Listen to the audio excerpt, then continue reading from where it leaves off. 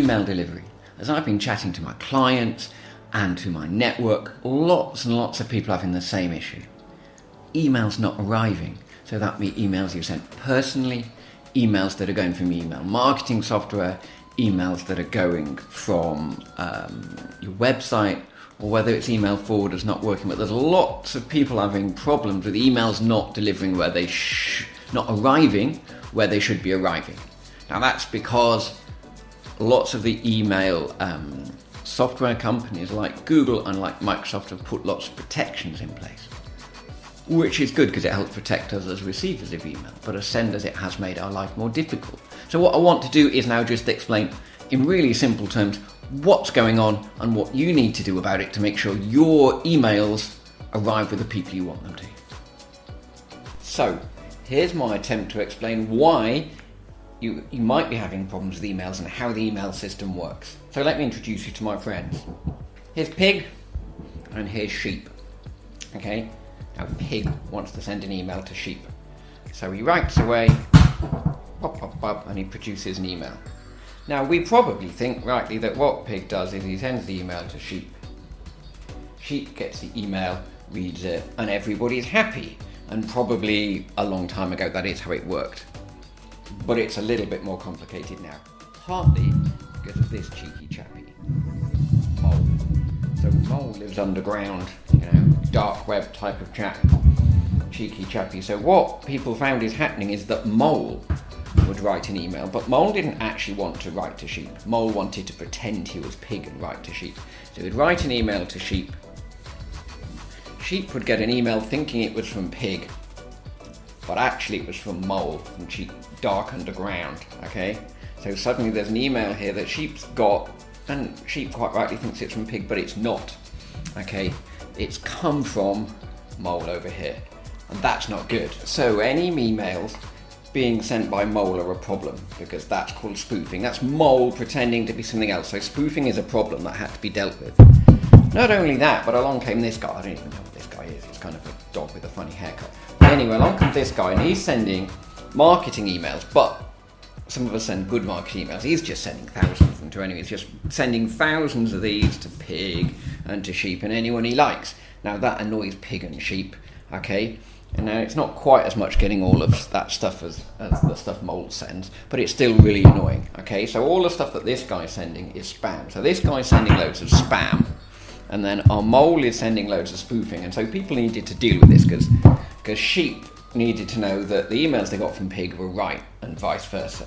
So what we had to do is we had to bring in the elephants, okay? Now the elephants are very wise, and so they did some guarding.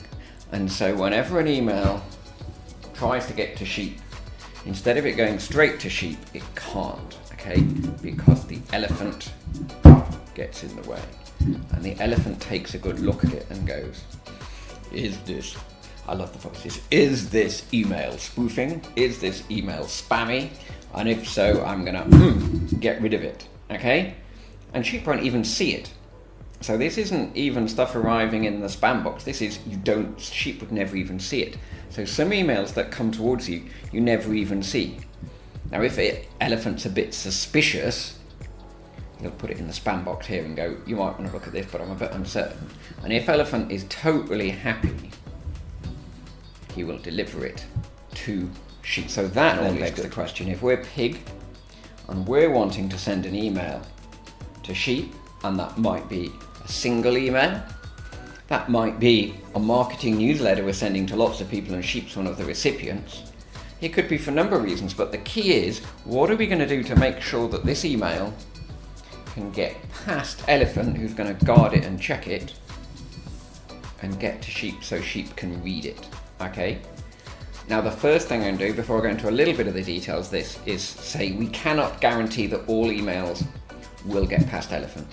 Elephant doesn't always do a perfect job, and so some emails, even though they're right, will get rejected. So we can never have 100% perfect email delivery, because elephant will sometimes see an email it thinks it doesn't like, get rid of it, Sheep will never see it, but actually this was a perfectly fine email. So we can never guarantee 100% email delivery, okay?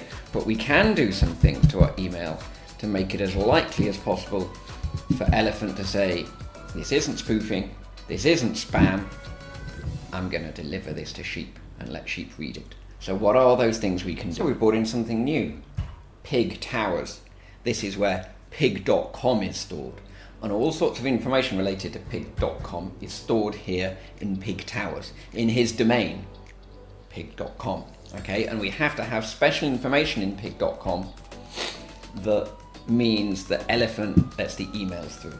Okay, so when Pig writes his email and he sends it to Elephant, Elephant does some checks and he has a look and he says, right, is there some information here that proves the email came from pig.com and it didn't come from Mole with his spamming, and it didn't come from this guy with his spamming, and it didn't come from Mole with his spoofing. Okay, so Elephant here is checking pig.com to check that it's got the right things in place so that it proves that Pig sent this email and nobody else, and so it's allowed through. So what are the things that Elephant are looking for in Pig's domain, Pig Towers, pig.com, to show that he can let the email pass? And there are these 3 records stored on your domain, stored in pig.com, that are really key. Okay, and they're called an SPF record, a DMARC record, and a DKIM record. I'm not going to go into the technicalities of those. You can ask your email provider and you can ask your email marketing software, and those are in place. But the key is those 3 records need to be in place for you to get reliable email delivery. So to Pig be able to get his emails to arrive with Sheep and let it past Elephant. Those 3 records are key. Now the final thing to remember is that you send emails in several different ways.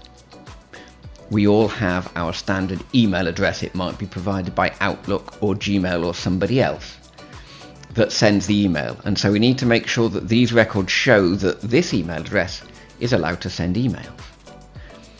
But remember also, your email in marketing software, for example MailChimp, might be sending emails on your behalf. So we need to make sure there are records in place, it's not all of those but some of them, records in place to show that MailChimp is allowed to send emails on your behalf, and those records are in place so that the email can get past Elephant and get to Sheep.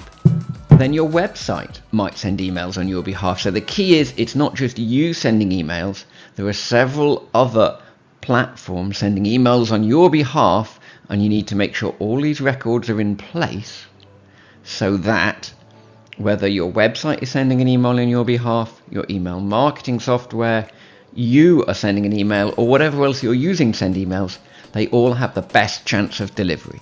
And for them all to have the best chance of delivery, you need these records in place on your domain.